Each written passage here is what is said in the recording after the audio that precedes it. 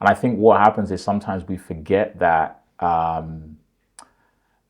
short form is supposed to be an abbreviation or an abridgment of something that had substance, not a high volume of things that don't have substance, right? But what I likened it to is, and I may have said this before, but I likened it to, how can I say it? Transactional sex versus intimacy.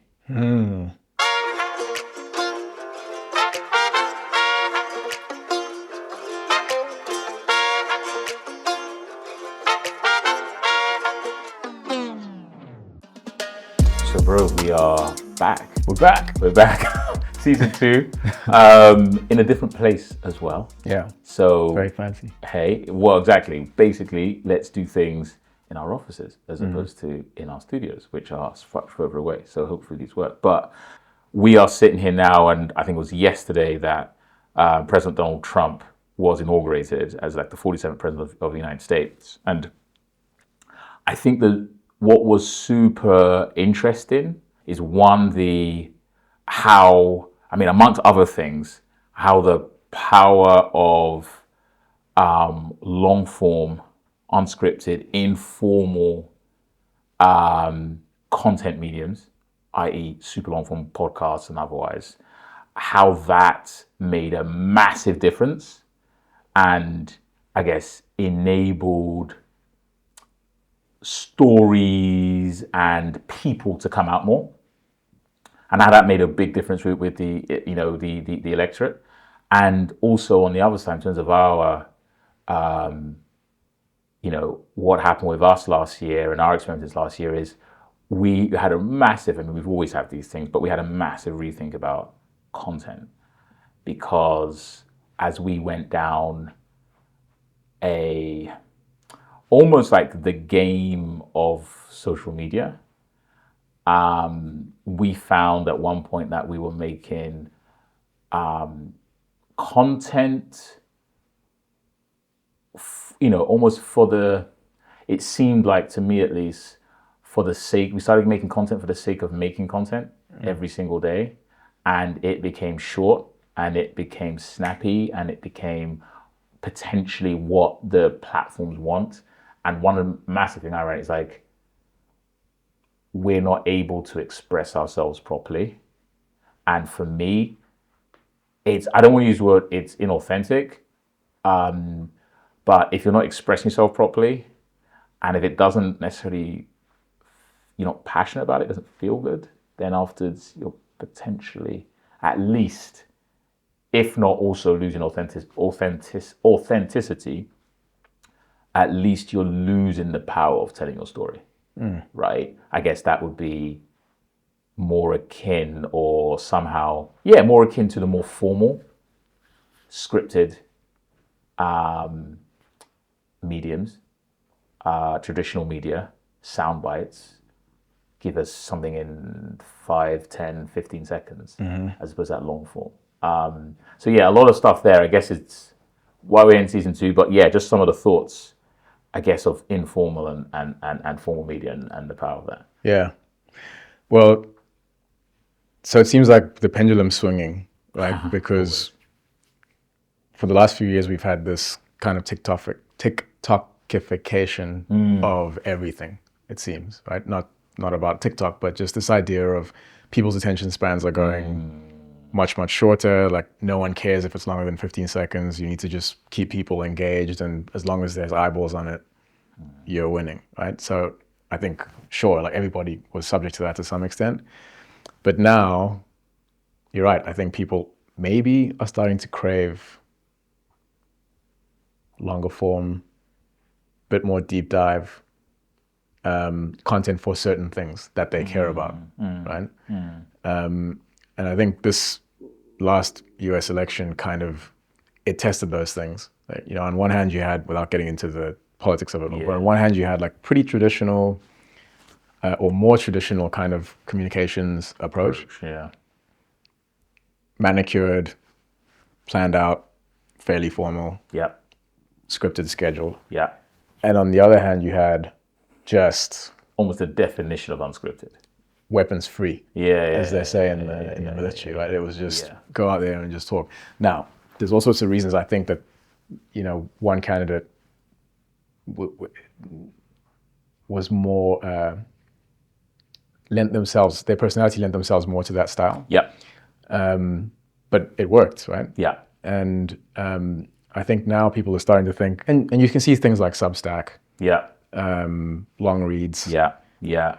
And we're being forced, I think, to go one of two directions, right? It's like, fine, there's the TikTok 15-second, 10-second video, but there's also now deep, rich, long read, long form stuff. And I don't know what's happening to the middle, Yeah, I think, to be honest, I think one of the things that has happened. So I think when people shorten, because even with regards to long reads, and I'm going to remember this after the fact, and we'll think it. But I know there's a platform that summarizes books for you, right? I forget the name of it. I saw it on a thing, but basically, it's a summary of something that has substance in long form. And I think what happens is sometimes we forget that short form is supposed to be an abbreviation or an abridgment of something that had substance, not a high volume of things that don't have substance, right?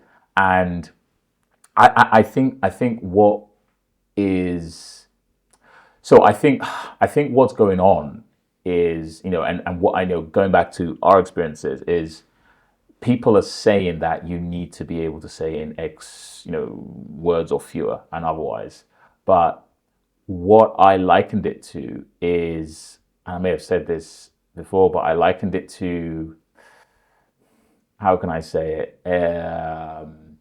Transactional sex versus intimacy. Right? Go on.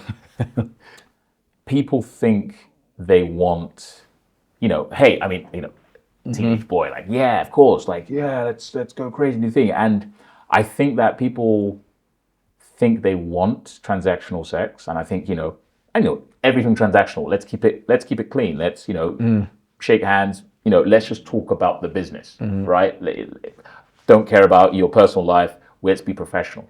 And everyone kids themselves, tricks themselves into thinking that that's actually better. Maybe it's what I want. I get to just get it on demand when I want it. But then I think when you have too much of that, if you reflect properly, you realize that actually it's quite vacuous and there's something more you want. But the question is whether you have experienced the other thing to hark back to that thing, or whether maybe with younger generations, as people might say, I don't know, what is it, Generation Alpha or something now, that's potentially all you've experienced, right? Especially if maybe you haven't experienced in the family or eyes, etc. You've been glued to a phone, that's all you experience. And then what happens is you feel the numbness, but you don't know what else out there might help you to feel less numb. And generally speaking, I think that it is like everyone has a craving for long form content. Everyone has a craving, but that long form content has to be long form for the right reason. It has to be relevantly long form. It has to be substantive. Yeah. And of course, you can give an abridgment of that, and people can respect that. But I think that's where we are.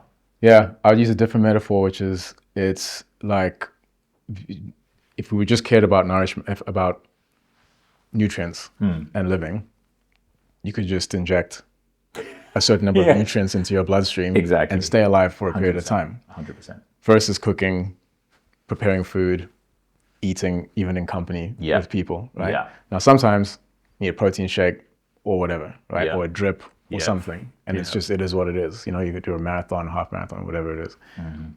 But that's you're not meant to eat all your meals like that, right? Because what is missing from life? Yeah. So I don't know. I think you're right. Maybe people crave a little more nourishment now in their content rather than just a sugar hit. Yeah. Well, I think well, the thing is, and I don't think it's that people, I think maybe people crave it, but the question is whether we know we crave it. Yeah. Right. And that is, and I think things like that election, and people now saying, okay, I want to know more, right? Or people, I guess, whatever podcast they listen to, right? Even with influencers, right? You have an influencer, and essentially with an influencer, it's how much content from them can I consume, right? And when you look at it, and an influencer saying a day in a life, and then after the next day does a day in a life, and after that is, albeit broken down, that is, you are consuming, I guess, really long form content, albeit in a particular style, right? And long form now is over a really broad span of time, just getting to know the person. I remember back in, I think it would be the noughties, when HBO was like, at least picking up in the UK, right? You had The Wire, you had The Sopranos. I'm trying to think of some stuff that I kind of rated. But you had, Breaking Bad, I think. Sorry? Breaking Bad. Was that in noughties? I'm not sure. Probably, yeah, I think. Right. Anyway, so you had then a standard season was 24 episodes, and then a short season was like 13 episodes, right? Around half of that. And so Sopranos was short, I think it was that. And basically you started getting, when HBO was picking up, you started getting like mainstream movie actors, right? Going and becoming the stars of series, right? And I remember one, I can't remember the name of the series about horses, but there was one kind of commentary I read, where an actor said the thing about series that makes it really interesting is that you have so much time to do character development, right? As opposed to, even if it's a long film, 2 hours, 2.5 hours, you've got like, that's an hour, so 12 hours in one season, and then you move to season 2, and then if it's still good, 3, 4, 5. So I think we do crave it, but then we pick up our phones, and our phones are just really good ways of like hit, quick. But again, it's about the power, and that's what we're looking at and what we're realizing. In other words, it's how when you dumb it down, right? Even now with AI, I mean, you AI it down. Let's just get AI to make a video for us. But when you dumb it down, when you make it short, right? And the length of the video is that's not abridgment. The length of the video is 20 seconds, right? You are sabotaging your storytelling. Yeah, I also say, I think with some exceptions, most people just scroll the feed, right? And then you might see something funny or engaging and watch it. Do you even know who posted it most of the time, right? Like you just sort of scroll through it because it's about that, whatever you were watching. Then maybe from time to time you would go and be like, oh, I really like following this person or this account or whatever, and you'll go and seek them out and remember them. But for the most part, I think a lot of that is just, that was a funny video, that was a funny video. Oh, can you remember 5 videos ago who posted it? Or do you care? No idea, right? Yeah, I mean, that's the thing. I mean, that's how crazy. Like, I've only looked at TikTok for literally experimental reasons, right? Yeah, but it's okay, right? every time I've got on it, it's just completely blown my mind in the sense of, like, so it's not really even about following people. No.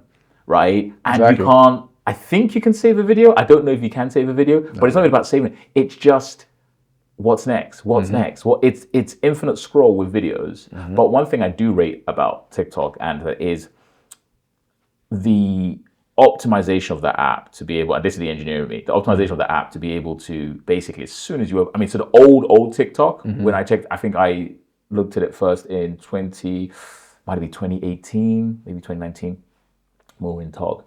And I remember downloading it and going, and it didn't do what it does now, or maybe something that is like sign in. It went, as soon as you downloaded it and you open the app, it just went TikTok, boom, video. Yeah. And it said swipe up. And you went bang, bang. And I was like, that's quick. Yeah. That's very quick. Yeah. So that is a complicated, and obviously we're building something, that is video streaming as well. And it's not straightforward to do that.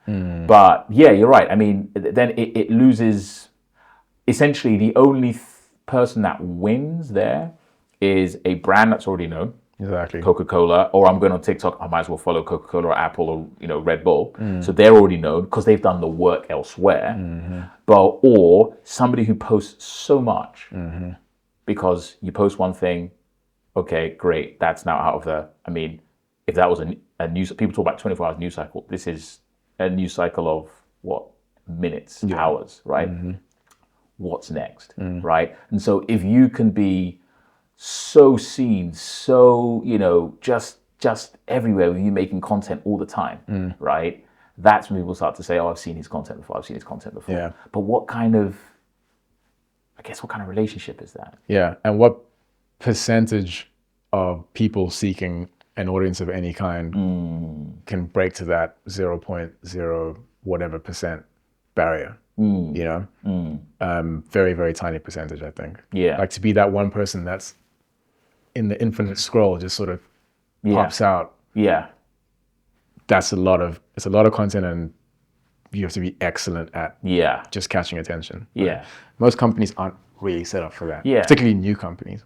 Right? Most individuals. I think I remember Mr. Beast saying at one point, obviously biggest YouTuber in the world. I remember Mr. Beast saying a piece of advice for somebody trying to set up, to be an influencer, right? He said, "Speak to me after you made your first 100 videos." Yeah. Right? And it's like, that's how just, I guess that's for the learning, right? Okay, video 1 was rubbish, 2 was a bit better, 50 was much better than thingy, now I'm at like 98, I look back at 1 and just like shudder. But there's not many people who can stick that out, right? Yeah. But also it's, what are those, I guess, look, one of our ventures is, one of them is called Slogan. One of them's coming out. Slogan is in the music, kind of music space, right? One of the things that we just know, we're going and speaking with musicians and speaking with other people, from various parts of the world, which is great. Hong Kong, obviously UK, US, and East Africa or whatever. And basically the central slogan of Slogan is, "I'm an effing artist," right? And what has resonated and what with them, because so an artist and musician in that regards, a musician, a music lover, a musician is normally a music lover first and then they become a musician. And in essence, what we gathered from them and why the slogan is, "I'm an effing artist," is nowadays to become a musician, right? You need to be part influencer, right? So if you trend on TikTok, you're going to trend on Spotify. If you don't trend on TikTok, then maybe you need to do the hard yards and run around playing in gigs and maybe, whereas the other person who's part influencer, maybe the other person who started off as an influencer now makes a track and is doing better than you, right? Whether that track is better than yours or not, in your opinion. Okay, right? Controversial, but Go. Is TikTok the new strip club? Elaborate. Work with me. Elaborate. Do you remember Akon? Yes. There was a time when Akon was just vociferous in charting. Right? Yep. Turns out he used to go and release a lot of his first songs at strip clubs. I did not know this. In the States. I did not know this. So just purely what I've read. Okay. No experience. No. Yeah. And apparently that was a way he could they'd catch some sort of vibe, and then people would go out, and then eventually he would go to the radio stations and be like, "Oh, this is what's," and I think it was something to do with this is like the underbelly of society or culture or whatever the case may be, and if they like it here, for some reason that's where it would hit. And possibly also because maybe, again, just, this is I'm now just abstracting here. But I guess those songs get quite repeated a lot in that particular venue. Okay. Right? And so people go out and then they're like, "Oh, I heard that song like 4 times. Maybe for low cost, maybe? Possibly. Yeah. So I'm wondering. But then the thing is, then they started making songs for like almost like if you can make it popular in a strip club, then it will be popular. It'll have a route to radio, right? A route to market because it'll be popular, right? So then that started shaping, I think, the types of songs that he would begin releasing. So I'm wondering, is TikTok, because a lot of people are trying to break music now on TikTok, right? And they almost structured the songs and the music and definitely the distribution for that format, knowing then that like, if I can make something that hits on TikTok, and then attach it to some sort of meme, or then I'll take them off TikTok and then I'll be big. So I wonder if like TikTok is the new strip club distribution model. Whether that's a good or bad thing for music. I mean, God. I mean, my mind is going, what is the thing about a strip club? Maybe in my naivety. What is that? But maybe almost my thinking is like, could it be cheaper to play it in a strip club as opposed to play it on radio? And, you know, would they, I don't know. But going to your core point of, is it the testing ground? Is it the, what do you call it? That's the point. 100%. 100%. There are things that I know that I can't really, and I won't really share here in the interview because I don't know how public they are. But relating to TikTok, the venture rather music, than strip clubs. No, TikTok and music. Yeah. But look, the simple thing is, if you trend on TikTok, you're like, if your song is used in memes and used in whatever, and people recycle it.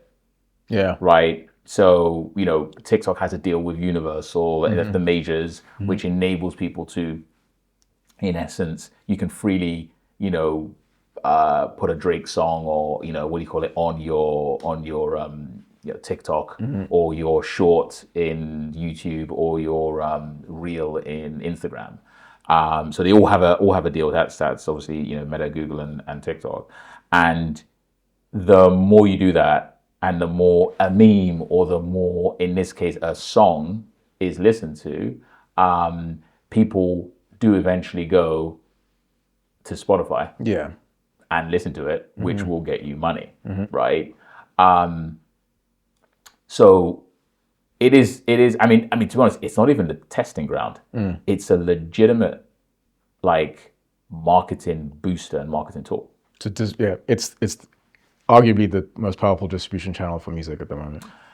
Effective. I don't know. I don't know if I'm using it. So I don't know if I want to use a distribution, but it's marketing, right? Because distribution essentially is Spotify, right? That is the distribution, right? But it is the most powerful market. It's one of the most powerful, if not the most, one of the most powerful market tool. But what do you say then to a musician, exactly, who says, I just want to make music and I don't want to do TikTok? What do you say to a musician who says, like I said to somebody the other day, Michael Jackson, Off the Wall, I think, if I remember, 1977, 1978. Michael Jackson, Thriller, 1983. 1982, 1983. Michael Jackson, Bad, 1987. Michael Jackson, the next one was Dangerous. I think it was 92. Look at the time. Impressive. Michael Jackson, Bad, one of the best albums ever. Look at the time between those. Right? Yes, there were singles,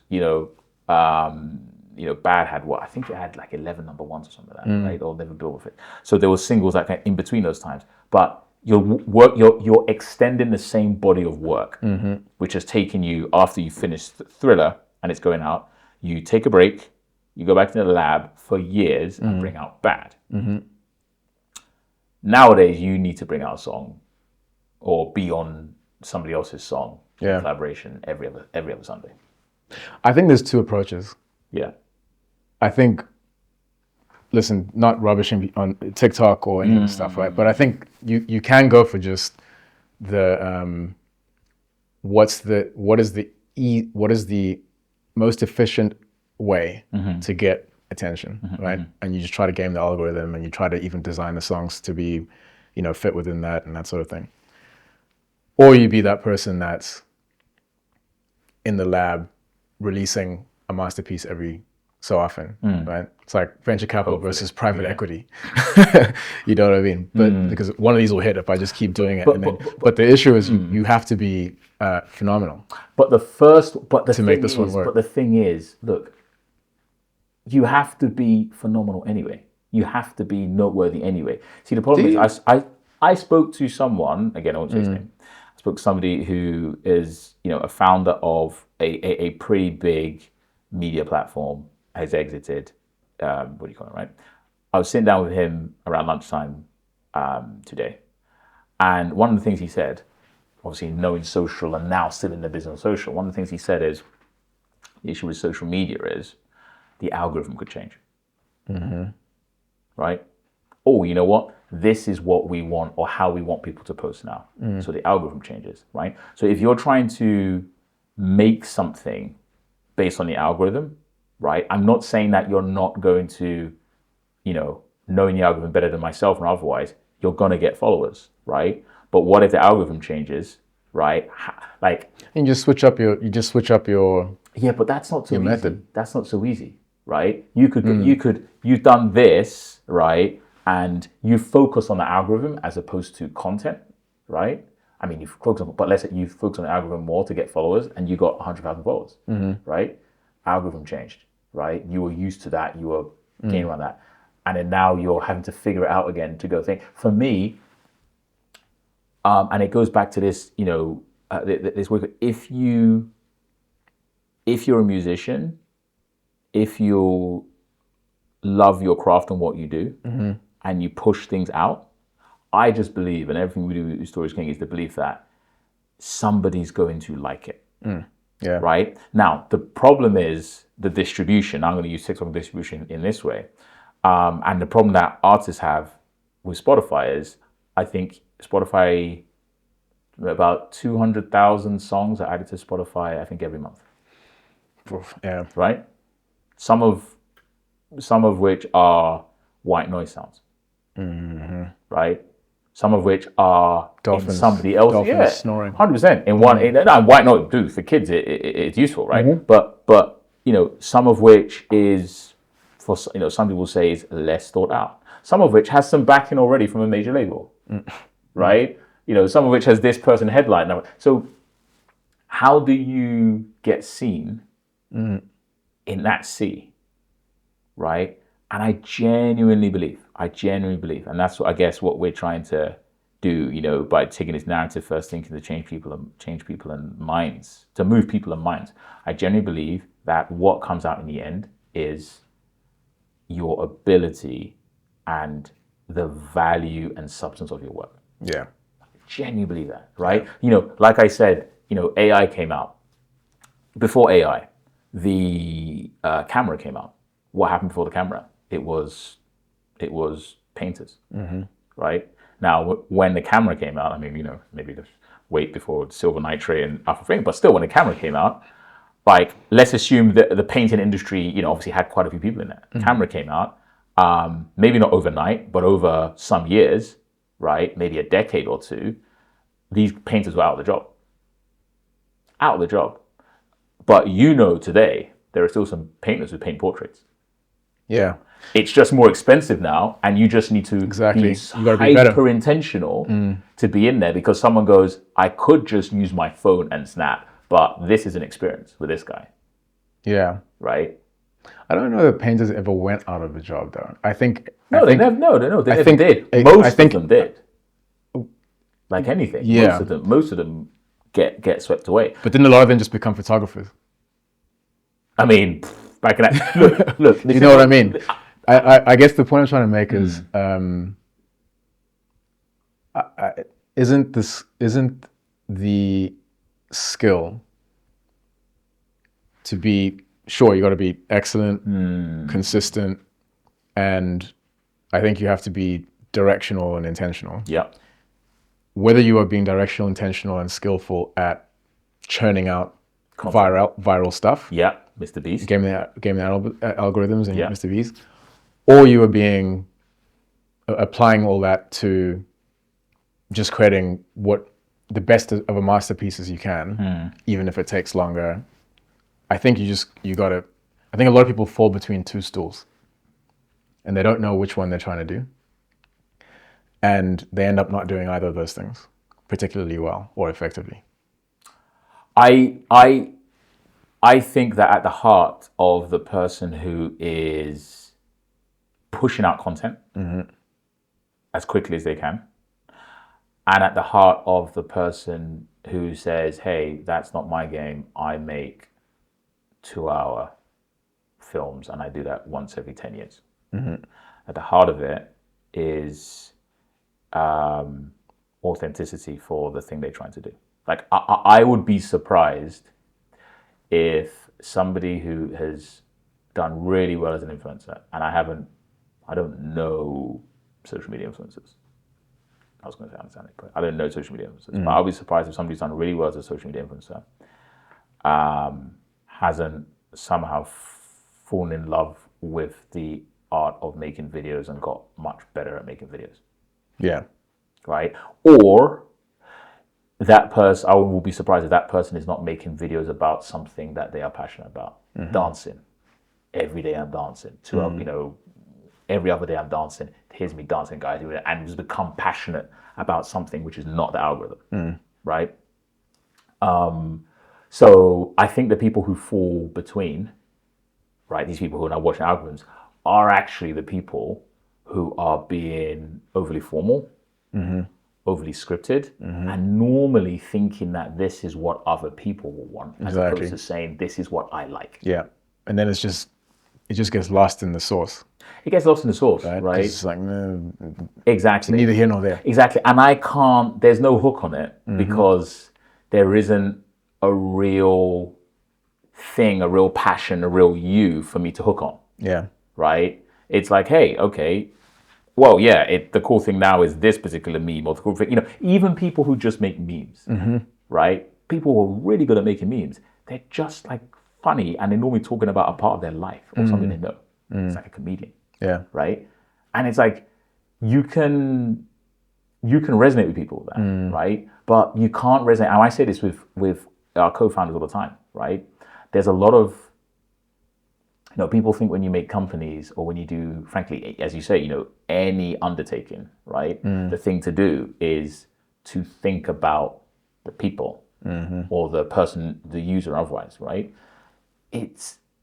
Yes, if you're communicating your message and these people think, okay, this is probably the best way to use this language to communicate to them. But in reality, what you need to be communicating is yourself.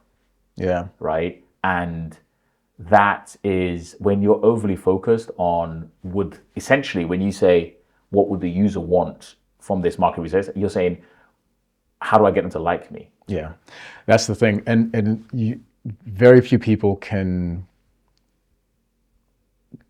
game the system to the point where they can draw a lot of attention, or at least get people to really care about what they're doing by putting a mask on, right? Yeah. Because some people are good at doing that, but there's very, very few. It's like, go back to the filmmaking. Tarantino goes into the lab, he worked at a video store for like 10 years or something like that, so he was 25, and then he went out to Hollywood. He was really struggling to break through. Eventually, he was writing these horror films and like low budget stuff, and then eventually he became who he is, right? And how often does he release a film? Every so often. Yeah. So Tarantino, then I don't know, Tyler Perry, right? Yeah. Tarantino and Tyler Perry. Tyler Perry he does what he does, right? The thing is, if Tyler Perry were to try and be a Tarantino, regardless of what you think about their stuff, right? It would be, I just don't think it would work. Right? So I'm more of a Tarantino person than a Tyler Perry person. Tyler Perry. Yeah. But he's got a big audience for what he does. 100%. Right? And so I think that's the point, is to try to churn it out, you don't even give yourself a chance to attract any meaningful audience unless you are the meme expert. Yeah. Right? So you may as well take the risk of developing something a little more substantive. Yeah. Doing it over time and then alienating 99.999% of people. Yeah. But then that small group of people that come, like this, Story is King. Yeah. It's two guys geeking out and philosophizing over stuff that we find interesting. Yeah. Like, people are going to scroll past, but it's not for everybody. It's not for everybody. And over time, we develop people that they reach out to us every now and again. They're like, that was super interesting. But also, it's like, I don't even think it's like alienating 99% of people, right? I think what it is you are hyper focused on who you are, which is going to resonate with this 1% or what you might call in business called the first adopters. And those guys, because it's so attuned to them, because these are the people who, if you were in school, these guys will go, oh my gosh, you like that too. And I just like, and you would hang out and you'd just be best friends, right? So they are going to resonate with what you do and they're going to be a word of mouth. And eventually they know how their friends who are, they're like this aligned to what you do. And they're aligned, and then another friend of them is like this. Another friend of them are like this. And after his friend is like this. And they know how to communicate you best to them. Yeah. Right? Then I would say there's another category which actually gives you a bit of a tail. Okay. Which is, I think people recognize, respect, and are drawn to. I don't want to use this buzzword, but like authenticity, right? Yeah. But my point being is, sometimes I'll go watch like a movie. Like, I don't know, like I'll be at home and I'll watch a Japanese drama. Okay. From probably Korean stuff, now they're Korean, for instance, but Japanese drama from like 10 years ago. Okay. Because I heard about it from somebody random or something like that. And you go in and you're like, am I ever going to become like the expert in this? Maybe not, but like this is super interesting. Like they're so niche into what they're doing, and I kind of like that idea. And then maybe I'll go see like something from, I don't know, Colombia, and like get deep dive into that. The point being, I think people are drawn to people who are really into something. Yeah. Even if you are not necessarily into that thing. Yeah, I get you. Do you know what I mean? Because it's nice to watch somebody just be really good and into something that they're into. That's that's a really, really good point. Because actually, it begs the question, which I think is like, is everyone who follows anyone, a person, a brand or otherwise, is everyone who follows them like a hyper follower of that? So like, for example, like looking at slogan, that the venture we started, right? I had to admit off the bat, and I admit to the co-founder, I admit to the people we speak to, I am not a music lover. Yeah. Right? And people go, what? Everyone loves music. No. Everyone listens to music. Right. Everyone likes music, but a music lover is a different person. Yeah. Right? And it's when it's acknowledging that, right? And look, there are some brands that I like, that I resonate with really highly. There are other brands that I love, right? And the brands that I love, the way I talk about them to other people, like they might learn to like them, right? And respect, maybe some like them, right? But you're right, like somebody can look at somebody who is on a stage or somewhere talking about something they're passionate about. Yeah. And just respect the fact that person's passionate about it and look it up. Yeah. Not passionate about the same thing, but you know what? I love to watch somebody that I'm passionate about, and I love the fact that, because it's so rare. Yeah. Ask somebody, go to the average person on the street, or whatever, what's your passion? How many people can articulate that and geek out over that? Very few. What I mean? Very, very few. I mean, looking at so again, back to Japan. Right? It became really fashionable, especially I think amongst like men of a certain age, to like love everything about Japan, or Japan, etc. Right? What is it that people are so drawn to about Japan? I think it's craftsmanship primarily, right? Yeah. Craftsmanship and a discipline. There's something about that I think people unknowingly or maybe knowingly craved, right? And that can be expressed through Japanese whiskey, Japanese film, Just the the whole aesthetic of the fashion, thing, the history, the samurai, the history. And so people kind of want some of that in their lives. Some of them really do know about Japan. They go visit and they're immersed in the culture. Most people just rock a Japanese t-shirt 100%. Because they're trying to borrow some of that energy, right? Like there's something about that I want. And then therefore it becomes popular. 100%. Right? 100%. So I think that's this idea of, and you could argue about this election we have alluded to, right? Is people, for better or for worse, are drawn to something that feels like it has an internal force that is strong, right? and some and people can use that for different reasons. Yeah. You know what I mean? Yeah. But if you don't feel like you're about something, Yeah. People are drawn to you being you with hyper intentionality, right? What does that like? What does that mean? I guess to the everyday. I'm asking the question that you would normally ask to the everyday person. What does that mean to ventures? What is that like? What? Yeah. What do you think it means? well, I think because we started this talking about this election, right? Yeah. What were we trying to get into? It's not to get political. It's more to draw. What I think we both noticed. Clearly, there's this informal, formal media split. We've seen that play out in different avenues, and you can go for the more superficial, manicured, programmed and planned, scripted angle, or let things loose a little bit. Yeah. And I think people mistake the virality for they think that virality is from guessing, I think, what people want to hear, and then trying to replicate also. replicate that and get everybody to like you, essentially, right, or to be interested.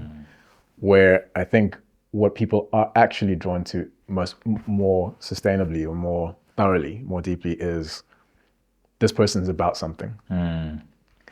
And that's, I think, comes back to story. Story is king. It's an expression of that, right? But okay, story is king. What story are you telling? Yeah.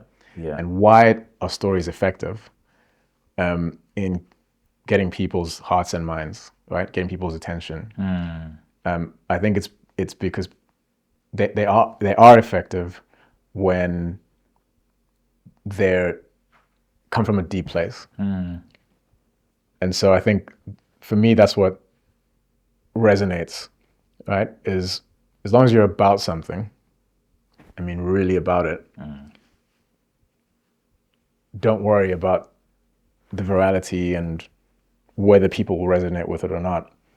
I think just go as deep as you can into that and be willing to take time, unscripted, informal, 2 likes, 3 views. Yeah. Yeah. Because at some point you attract your 100%. your audience, right? 100%. 100%. I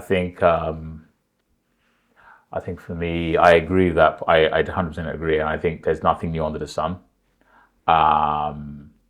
Whether we have TikTok now, Instagram, the internet, cameras, they're still tools that propagate.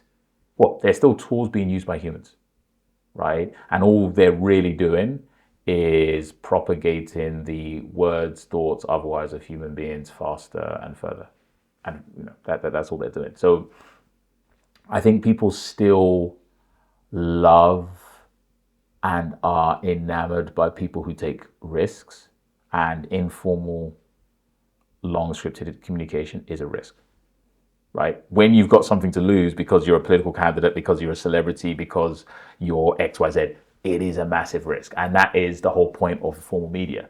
Don't take a risk, right? Stay within these confines. Keep to the script. Yes, we can spin this, but what I mean? There is, and I think the reason why people are drawn to people who take risks is because most people don't want to take risks. So it is, people admire people who do the hard thing, and to take a risk is to do a hard thing, right? I genuinely believe people admire people who take risks, even if those risks don't pay off, seemingly in the near term, right? Even if they don't admire them, they'll watch them and pay attention. 100%. Well, this is the thing. So what I mean by admire is not they will like them and do the call to action and follow them, right? Look, there's many people who we've spoken to, and I'll tell you this with regards to, and I'm not trying to, self-publicize or otherwise, but, being on calls, I don't think, actually, probably there's a couple of calls we've had where it's just like, cool, shake hands, good luck with life and otherwise. But Most calls, like I said, we're pretty Marmite. People love us and really like what we're doing, or they really don't like what we're doing. But the audacity of it in their minds goes, yeah, I'm doing a newsletter though, right? I'm not gonna, I'm not gonna just like forget about the person, right? Yeah. So that is a thing, right? Look, there are gonna be people who take risks. There's gonna be people who come out and say, this is what this is what I believe in. This is what I think we need to do, right? But I guarantee, right, like leadership is not necessarily leading people in a path they want to go down.